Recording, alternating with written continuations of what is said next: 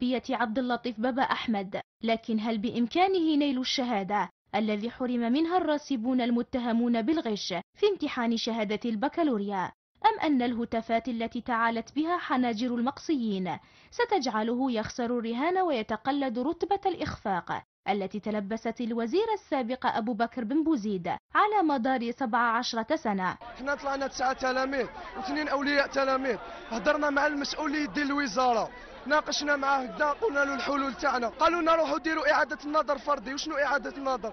وريت له أنا ورقة داروا لنا طعن في الأكاديمي مكتوبة باليد، مكتوبة باليد ما فيهاش كاشي من الأكاديمي، أنا جامي شفتها. قلت له، قال لي ما نعطيلكش ورقة، قال لي ما نعطيلكش ورقة، قال لي روحوا ديروا كل واحد يدير إعادة النظر في المسيد تاعهم.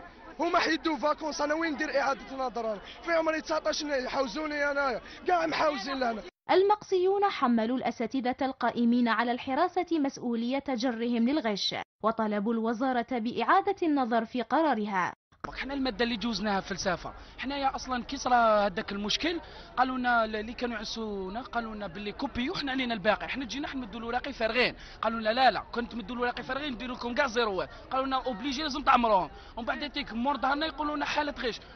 مطلوب دبر راسهم، لازم يلقاو لنا حل، ينحوا فلوس سينو يعاودوا في سبتمبر. قرار الإقصاء الذي نزل كالصاعقة على مسامع الأولياء دفعهم إلى طرق كل الأبواب علهم يجدون من ينصف أولادهم. أولادنا تعبوا وسهروا وسهرنا معاهم وحفظنا معاهم وتعبنا معاهم وحفظوا، ماشي كامل غشوا، راحوا المحرم راح في المجرم. دينا قرار باش نديروا تنسيقيه وطنيه لاولياء